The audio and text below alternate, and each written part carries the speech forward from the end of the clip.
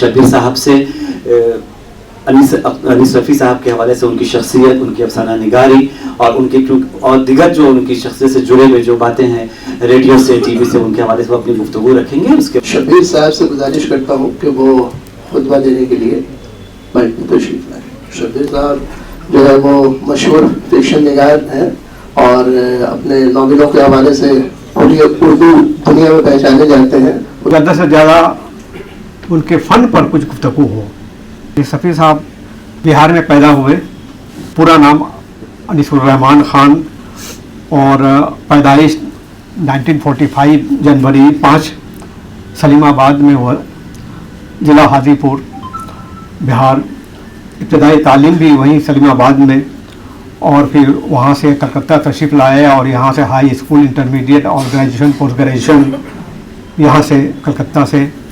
اس کے بعد یہاں سے انہوں نے وکالت کی بھی تعلیم حاصل کی. سیاسیات میں انہوں نے ماسٹر کیے. سیاسیات میں ماسٹر کرنا کا معاملہ یہ ہوتا ہے کہ سیاسی شعور اور دنیا کے بارے میں جو بھی اپس اینڈ ڈاؤنس ہیں اس کے بارے میں بہت اچھی طرح سے واقفیت حاصل کرنے کا موقع ملنا. ساتھ ساتھ معاشیات بھی ان کا ایک پرچہ رہا تھا گریجویشن کے لیول پر. اور اس کے بعد پاس کرنے کے فوراً بعد وہ جی ایل کالج حاجی پور میں بطور لیکچرر مقرر ہوئے. وہاں پر قریب 6 سال تک دس و تدریس سے جڑے رہے. 1975 میں آل انڈیا ریڈیو گورکھپور میں انہوں نے جوائننگ کیا اور اس کے پروگرام آفیسر کی حیثیت سے، اور وہیں سے ان کا 1975 سے لے کر کے 2005 تک کبھی ریڈیو کبھی دوردرشن میں مختلف علاقے میں، خاص کر کے جب کلکتہ ہو یا بہار میں پٹنہ ہو یا دلی ہو یا ڈبرو گڑھ ہو، مختلف علاقوں میں ان کی پوسٹنگ ہوتی رہی. اخیر میں وہ دوردرشن کوہیما ناگالینڈ میں ڈائریکٹر تھے دوردرشن کے. وہیں سے وہ ریٹائر کیے 2005 میں. میرے ساتھ ان کا تعلق جو ہے، یہ جو پیریڈ جو ہوتا ہے جس میں وہ ملازمت میں تھے، اور عام طور پر دوردرشن میں تو ایسا ہوتا ہے کہ ریڈیو سے کہ جو فنکار ہوتے ہیں، شاعر ہوتے ہیں، افسانہ نگار ہوتے ہیں، ان سے ایک تعلق بن جاتا ہے ایسے لوگوں سے.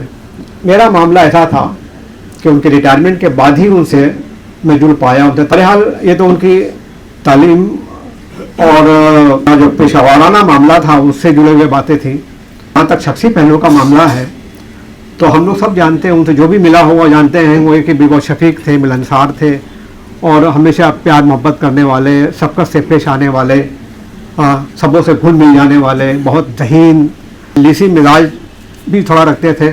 تنقیدی شعور کا تو کیا کہنا. اور کل ملا کے ہم لوگ کہہ سکتے ہیں کہ وہ مائی ڈیئر آدمی تھے. مضامین لکھے، تقاریر لکھے، ترجمے کیے، ڈرامے، رپورتاج اور افسانہ نگار تو بہرحال وہ اول درجے کے تھے ہی.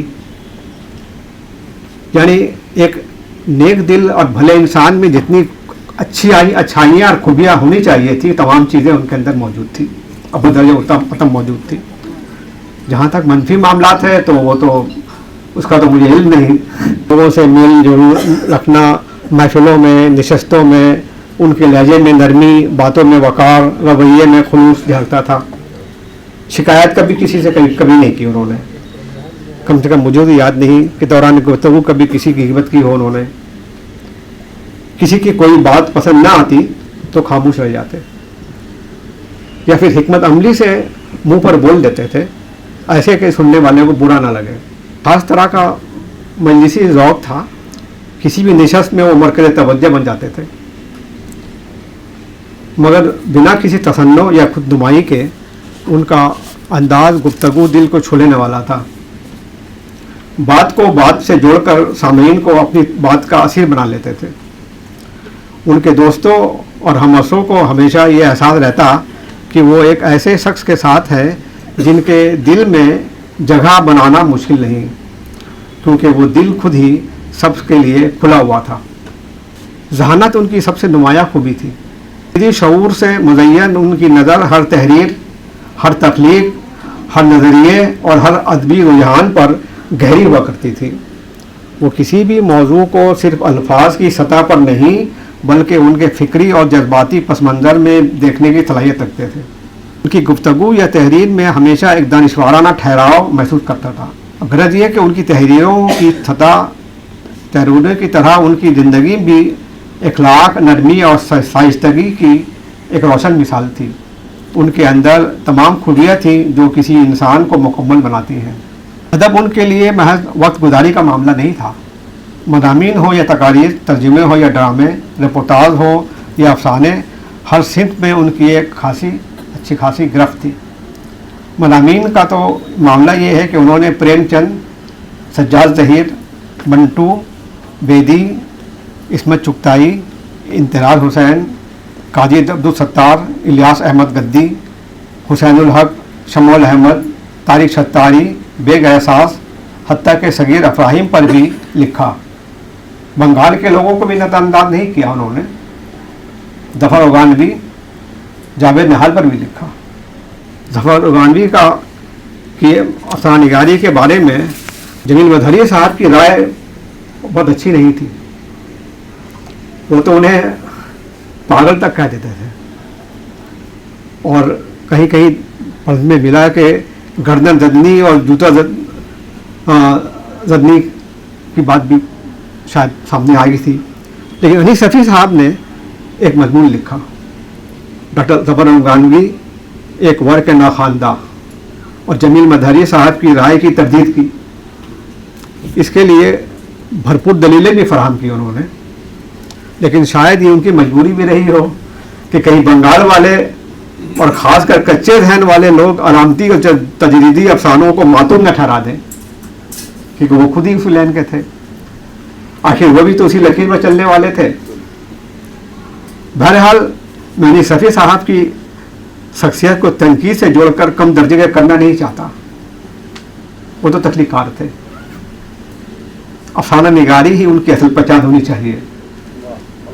वो किरदारों को जीता जागता बना देते, वाक़यात को एहसास की गहराइयों से बुनते और कारी को एक ऐसे तजुर्बे से गुजार देते जो देर तक जहन में गूंजता रहता। उनकी फ़नी खूबियों को समझने के लिए हमारे जहन में 3 इस्तिलाहों की मफाहिम वाज़ेह होनी चाहिए। 3 इस्तिलाह जब तक हम उनको नहीं समझेंगे उनकी कहानी की गहराई तक उतरना मुश्किल है हमारे लिए। आमतौर पर तजरीदियत की बात आती है सामने में। तजरीदियत जो इस्तिलाह है वो मामला क्या है। उसके बाद में अलामत पसंदी और हकीकत बयानी, हकीकत निगारी भी कहते हैं जिसको। तो जब तक हम इन तीनों चीज़ों को अच्छी तरह से नहीं समझेंगे तो उनके अफसाने को हम लोग समझना रखना हमारे लिए ज़रा दुश्वार होगा।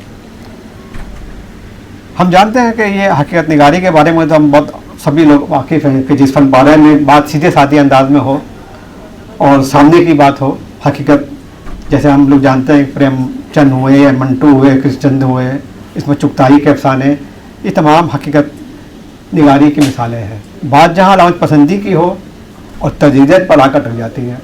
यहाँ पे जो हम लोग देखते हैं कि तजरीदियत में जो है ये है कि आमतौर पर हम लोग की राय है कि ये हकीकत पसंदी, अलामत पसंद निगारी और तजरीदियत ये अलग अलग हैं। ये अलग अलग कंपार्टमेंट में बटी हुई चीज़ें नहीं हैं। ये एक दूसरे में ओवरलैपिंग होती है। ये जब भी हम किसी अफसाने को पढ़ेंगे तो हम इसको नहीं कह सकते कि हकीकत पसंदी है और ये अलामत पसंदी है इसमें है और ये तजरीदियत है। ऐसा हमको पढ़ते वक्त सोचना नहीं चाहिए। और ख़ासकर शफी साहब के अफसाने को पढ़ते वक्त में कभी कतई नहीं ध्यान में रखना चाहिए।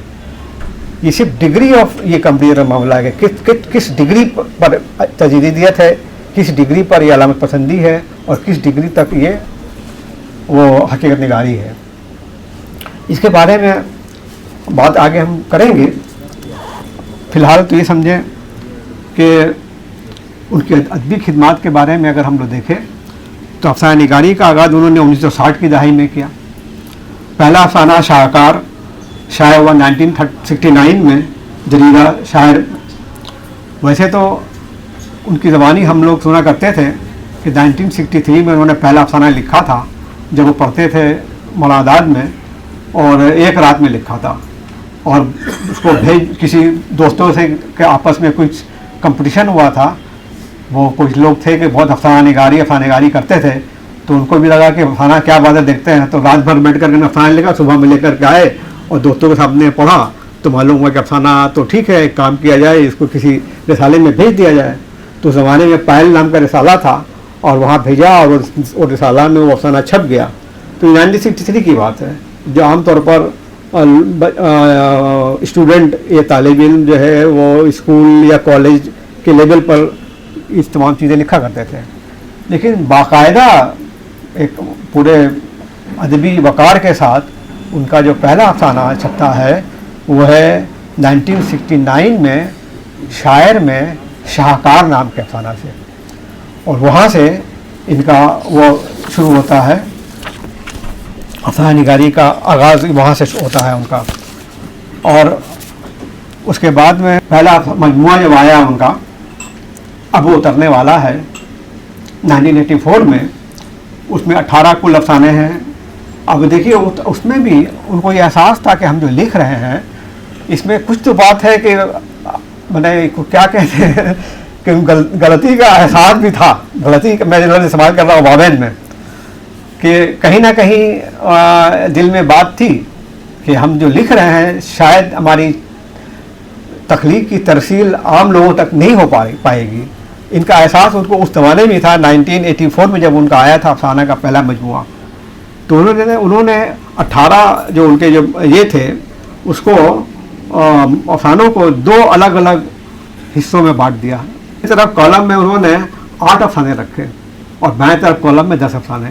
तो मैंने उनसे पूछा था उस ज़माने में कि आखिर ये बताइए कि ये आपने ये तो एक ही लाइन में आ सकता था स्टेट में, तो ऐसा क्यों किया आपने कि ये 8 इधर और 10 इधर? तो हंसने लगे।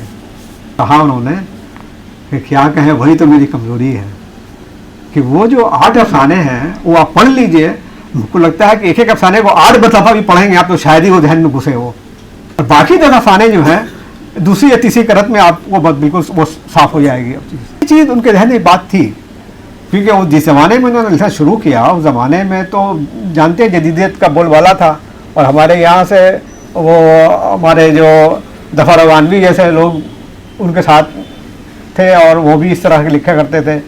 तो वो जो है हमने कहा शुरू में कि 3 चीज़ें जो हैं, हकीकत पसंदी, अलामत पसंदी और तजरीदियत। तजरीदियत चूँकि वो अफसाना ऐसा है कि जिसको हम लोग बहुत वो एहसास की बात है, महसूसात की बात है, उस पर कोई प्लॉट नहीं है, कोई किरदार नहीं होता, आमतौर पर कोई कहानियाँ नहीं होती है। हाँ, तो वो ज़रा सा वो हमारे जहन के साथ मुताबिकत नहीं होती है उस चीज़। कहानियाँ जो हम लोग जो हमारे जहन में जो हमारी साइकी में जो बसी हुई है, जो आप 5000 साल पुरानी जो कहानियाँ, चाहे वो महाभारत के सिलसिले से हो या पंचतंत्र के सिलसिले से हम लोग है, या फिर वो बिताल पचीसी के हिसाब से जो हम लोग, तो कहानी के जो चीज़ें हमारी साइकी में बची बसी हुई है, उससे अगर बाहर की चीज़ें हमारे पास आएगी तो बहुत जल्दी उसको हमारा जहन कबूल नहीं करता है। ये जो मामला तजदीद का मामला था, चूँकि वो बाहर से आई थी, वो चीज़ वेस्टर्न कंट्री की पैदावार थी, यहाँ की चीज़ नहीं थी वो, तो इसलिए वो हमारे साइकी उसको कबूल नहीं कर पाती। इसका एहसास उनको भी था, अली सफ़ी साहब को भी था। इसीलिए अब देखिए उसमें जो अफसाने जो थे, 10 अफसाने जो थे, जो पूरी तजदीद के मामला थे, उसमें पहला है 2 आँखों का सफ़र। अब पढ़िए 2 आँखों का सफ़र, उसमें कोई बात नहीं, लगता ऐसा है कि किसी ज़माने में जो वो एक हमारे यहाँ पर नक्सलबाड़ी मूवमेंट जो चली थी किसी ज़माने में, और वो हर यूनिवर्सिटी में, हर तालीमी इदारे में कुछ ऐसे लोग छुपे रहते थे जो इस्टेब्लिशमेंट के ख़िलाफ़ थे वो, और इस तरह की बातें अगर जहन में रहे अगर तो ये आपको 2 आँखों का सफ़र और पढ़ेंगे तो कुछ मामला क्लियर आएगी, पर पस मंज़र जानना पड़ेगा उसके लिए आपको। तो तजदीदी अफसाने इसलिए होता है कि जब तक आप पस मंज़र को नहीं जानेंगे, तमाम चीज़ से वाकिफ़ नहीं होंगे, तब तक वहाँ तक पहुँचाई नहीं होगी। पॉलीथीन की दीवार दूसरा अफसाना था, तीसरा था रीढ़ की हड्डी, चौथा तरतीब, उसके बाद सपोताज, तरमीम शुजा ऑक्टोपस, काफ, विषपान की कथा और पीताम्बर। ये 10 अफसाने 10 तरफ जो दाहिने तरफ है वो उस तक रसाई आम लोगों की रसाई मुमकिन थोड़ी मुश्किल दुश्वार है वो, लेकिन उसके जब 8 अफसाने जो थे बाएं तरफ में, जिसमें शाहकार, कशकोल खाली है, काठ के पुतले, लकड़ी के पांव वाला आदमी, सातवां बूढ़ा, जुन्नून, 7 घड़े पानियों वाली औरत, ये जो है अफसाने थे यहाँ लेकिन मुझको मेरी ज़ाती राय है कि शाहकार जो है उसको भी उनको दाहिने तरफ ही रखना चाहिए था, तजदीद के अंदर ही रहना चाहिए था। मुझको ये लगता है कि ये बहुत ज़्यादा इसमें तजदीद के हम जहाँ तक अपना जब मामला उस लिहाज से सोचते हैं कि ये शाहकार भी है, ये भी तजदीद का बहुत ज़्यादा इसमें अंसर शामिल है। तो बहरहाल ये तमाम चीज़ें हैं जो इसमें अब उतरने वाला मजमुआ में ये तमाम अफसाने थे। उसके बाद दूसरा अफसाना, जब दूसरा मजमुआ आता है 2002 में, वो उसमें 22 अफसाने थे। कर्फ्यू सख्त के नाम से वो मजमुआ छपा था उसमें। और तीसरा मजमुआ जो है वो 28 अफसानों पर मुश्तमिल है, गदागर सराय, जो 2016 में छपा हुआ। तो ये कुल मिलाकर के 3 मजमुए में 68 अफसाने हैं उनके, और ये 68 अफसाने 55 साल तख्लीकी सफ़र का फरमाया है उनका। इसमें 6 बहुत मशहूर अफसाने हैं, यानी जो सब अच्छे हैं, लेकिन 6 मशहूर अफसाने इस मामले में है कि ये इस पर ज़्यादा लोगों ने तवज्जो दी है। मरकतुल आरा अफसाना जो मुझे लगता है उनका, हालांकि अफसाना काफ़ी तवील है वो, अंदर किला, जो बाद में गदागर सराय में शामिल किया गया उसको, ये अपने आप में तो मुझको लगता है इसके अफसाना से बेहतर इसको नावलेट करना ही थोड़ा बेहतर होगा, क्योंकि अफसाना करीब 55-60 सफ़ा तक मुश्तमिल है। दर आयत, मौन, सुकाफ़ा, विषपान की कथा, जुन्नून, अब उतरने वाला है, कर्फ्यू सख्त, तमाम जो है उनके मशहूर अफसाने हैं। और जहाँ तक तख्लीकी और उसलूब का ताल्लुक़ है इनका, तो इनका उसलूब देखिए, उस ज़माने में जदीदियत का जो बोलबाला था, और बहुत सारे लोग, हम तो ये नहीं कहेंगे शमसुज़्ज़मान फ़ारूक़ी साहब के बहकावे में, हम ही नहीं कहेंगे इस लफ्ज़, लेकिन शमसुज़्ज़मान फ़ारूक़ी के छत्र साए में बहुत सारे लोग ऐसे थे जो खासकर अफसाना लिखने वाले, कि उनको शायद बहुत गौर व फिक्र करना चाहिए था इन चीज़ों पर, लेकिन बस कलम उठाया और लिखना शुरू कर दिया। ये भी बहुत सारे लोग इस तरह के थे, जो अब जाहिर बात है ऐसे लोगों की तहरीर अब सामने बाकी नहीं रहती है। लेकिन ये जो थे हमारे अनीस शफ़ी साहब, ऐसा था कि जाहिर बात है ये एक तहरीक थी, उसके पीछे कोई ना कोई ठोस तो असबाब रहे होंगे। जब फारूकी साहब ने शुरू किया था उसको, कि भाई वो जो है इससे पहले जो तरक्की पसंदों का जो ज़माना था, और जो अफसाने आ रहे थे जो वाक़या निगारी के ऊपर में, तो इतने सामने की चीज़ें आ गई थी, इतने मामला ऐसे हो गए थे कि हमारे बड़े से बड़ा अफसाना निगार भी ऐसा लगता था कि वो पता नहीं कि वो किसी चीज़ की जो ऐलान करने का मामला होता है, कि इनकलाबी जो है चीज़ों को सामने पेश कर देना। अब देखिए उसमें कृष्ण चंद्र का अफसाना है, बहुत मशहूर अफसाना है, महालक्ष्मी का पुल, आप उसको पढ़ें। लेकिन वो अफसाना इतना अच्छा अफसाना है, इतनी अच्छी ज़बान है, इतना फ्लो है उसमें, और बहुत इससे लिखा है। लेकिन आखिर का जो एक पैराग्राफ दे करके ऐसा लगता है कि स्लोगन बना दिया, पूरा सियासी स्लोगन हो गया। तो ये स्लोगन जो हो रहा था, फारूकी साहब ने इस स्लोगन को अदब से जोड़ने की कोशिश की, और इसको एक अंदरूनी बात, ताकि वो लोगों के महसूसात उस पर जुड़े और सामने की बात नहीं हो। तो ये उस ज़माने में एक तहरीक चलाई गई, और उस तहरीक में हमारे अली सफ़ी साहब भी शामिल हो गए, और उन्होंने भी लिखना शुरू किया। बल्कि मैंने एक दफ़ा कहा भी था उनसे कि आपने बहुत सारे लोगों को कलकत्ते में ख़राब भी कर दिया, तो हंसने लगे, मैं क्या करूं? तो मैंने कहा कि देखिए जावेद निहाल साहब के मैंने ये अफसाने पढ़े हैं, शुरू के अफसाने इतने अच्छे अफसाने उनके हैं, इतनी अच्छी ज़बान है कि लगता था कि लोग पढ़ने वाले हैं वो पढ़ते चले जाएं, लेकिन आपके चक्कर में आकर के वो जब पढ़े गए जदीदे के चक्कर में तो बिल्कुल वो ख़त्म हो गए।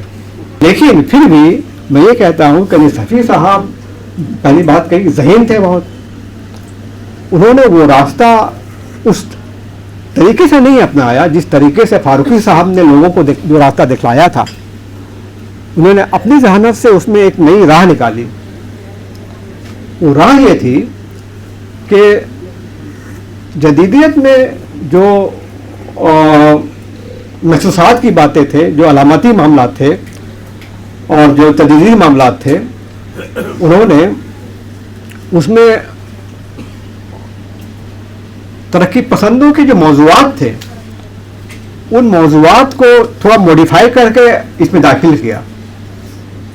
मौजू से वो हटे नहीं, उनके मौज़ूआत को देखिएगा तो अभी भी लगता है कि नहीं वो एहतिजाज कर रहे हैं। उनके इसमें अभी भी सोशलिज्म का कोई पहलू है, कोई कम्युनिज्म का पहलू है। एहतिजाज जो उस ज़माने में सोशलिज्म का एहतिजाज था एस्टेब्लिशमेंट के ऊपर, वो तमाम इनके अंदर में थी, लेकिन इनका अंदाज कुछ दूसरा था।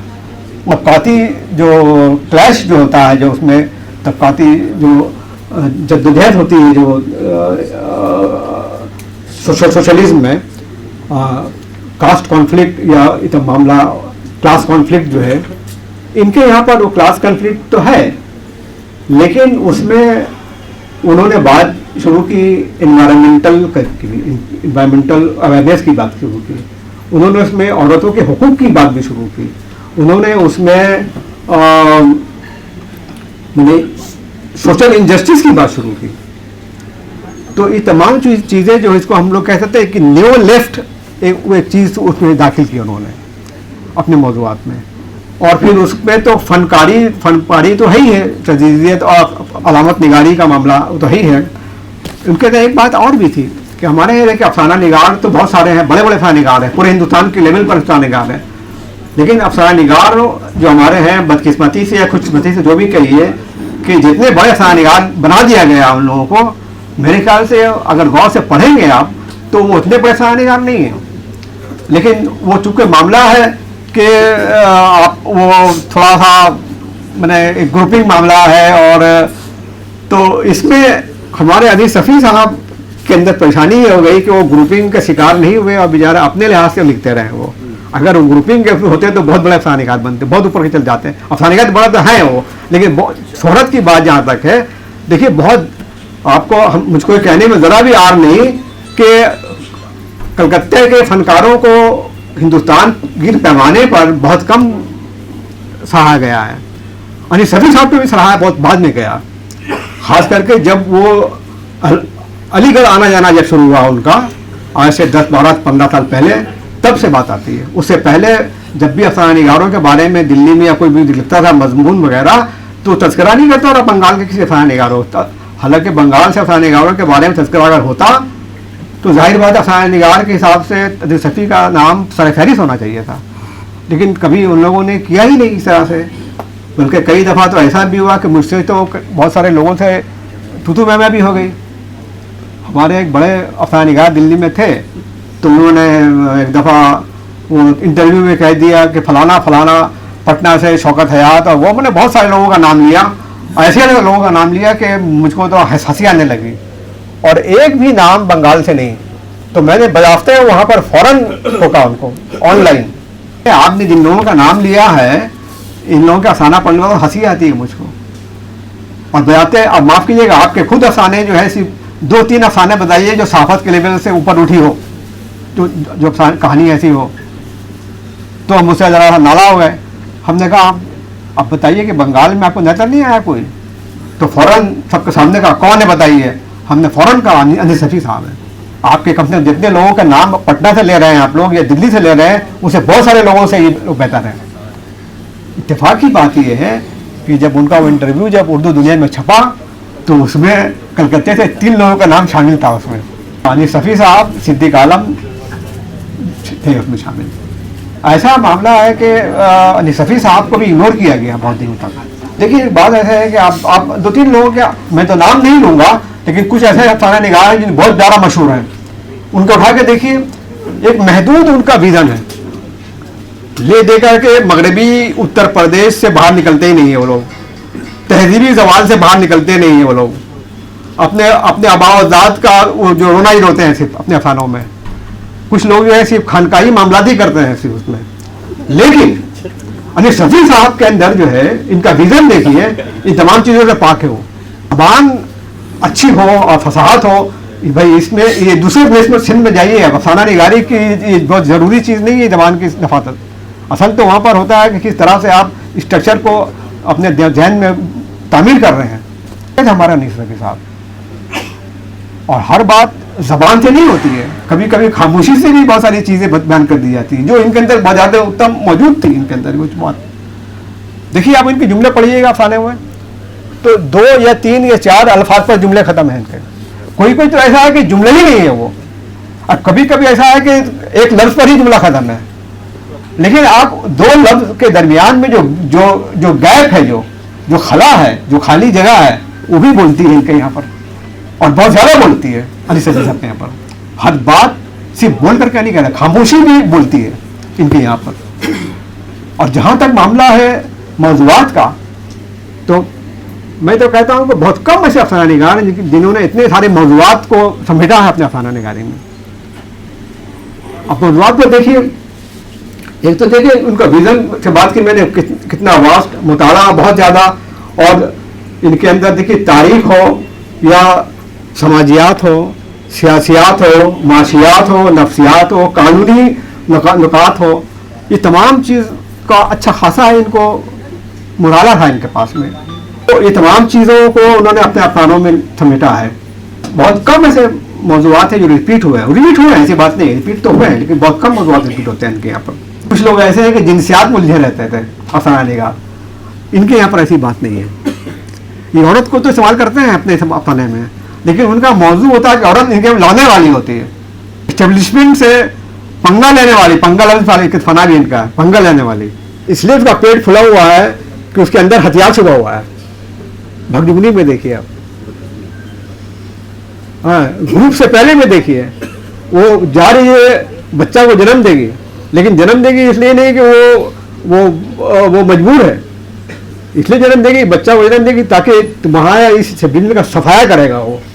یہ اس کے اندر یہ تھی ان کے اندر. عورت کو لے کر کے جنسیات کا معاملہ کبھی نہیں کہا, بلکہ ان کا دلیری, بہادری, ہاں اس تمام چیزوں کو انہوں نے کیا, چاہے وہ بھگجگنی ہو, گروپ سے پہلے ہو.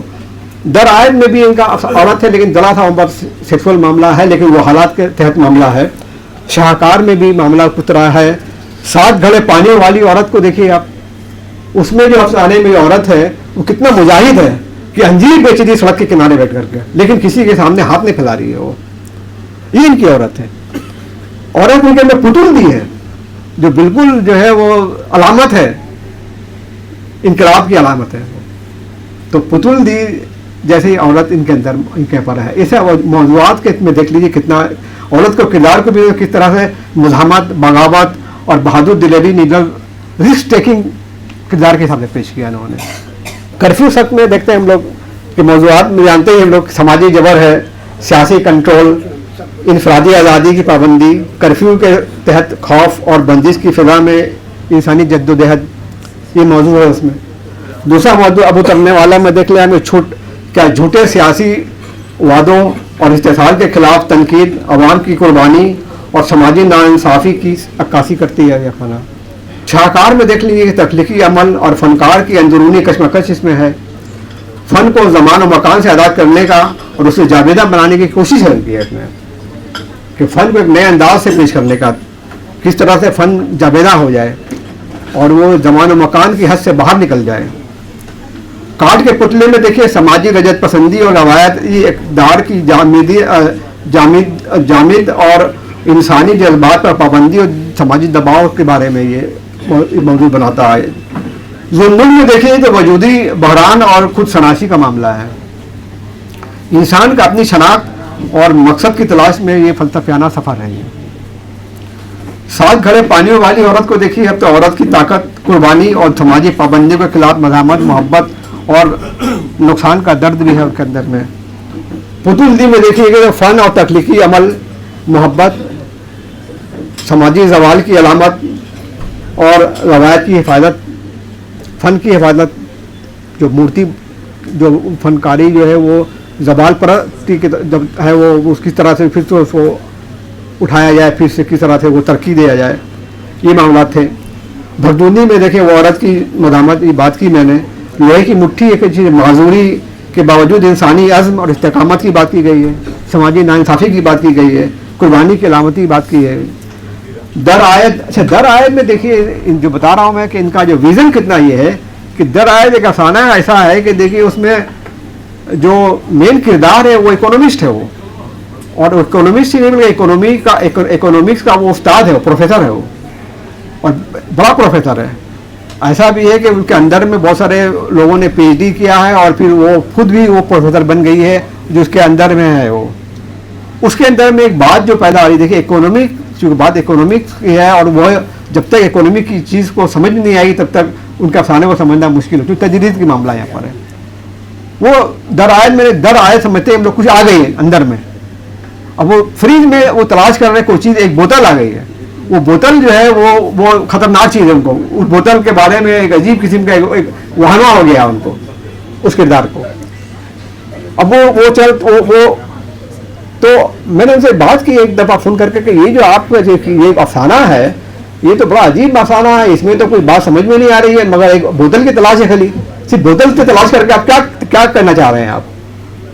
तो उन्होंने कहा कि शब्बीर साहब, और साहब ही बोलते थे, बड़ापन था उनका, कि इसमें जो है आप गौर कीजिए, आप तो कॉमर्स के आदमी हैं, एमएनसी को जानते हैं तो आप, मल्टीनेशनल कंपनीज। तो उस ज़माने में आज से 15-20 साल पहले जब नया जब कोका कोला और थम्स अप ये तमाम चीज़ें जब आई थी हिंदुस्तान में, तो ये लोग एमएनसी करते थे, मल्टीनेशनल कंपनीज लेकर आई थी तमाम चीज़ों को, और शायद ही कोई ऐसा घर मौजूद होगा जिसके फ्रीज में ये चीज़ें नहीं थी। आगे हमारी रवायती जो थी, हम लोग शरबत पी करते थे, रूह अफ़ज़ा हो, इस तरह के जो नींबू की शरबत, वो तमाम ठंडा जो मामला था। अब जब से ये थम्स अप और कोका कोला और ये तमाम फंटा वगैरह आ गया है, तो ये गोया कि ये एमएनसी जो है हमारी तहजीब पर एक तरह से हमला कर रही है, और वो किरदार परेशान है कि ये हमारे किरदार हमारे घर में घुस करके ये हमारी तहजीब को, हमारी माशियात को बिल्कुल चौपट कर देगा। ये अफसाना इस पर बेस है कि इसकी ये पहुँच देखिए हमारे उर्दू वालों ने कितना इस चीज़ को देखा होगा, कितना समझा होगा इसको।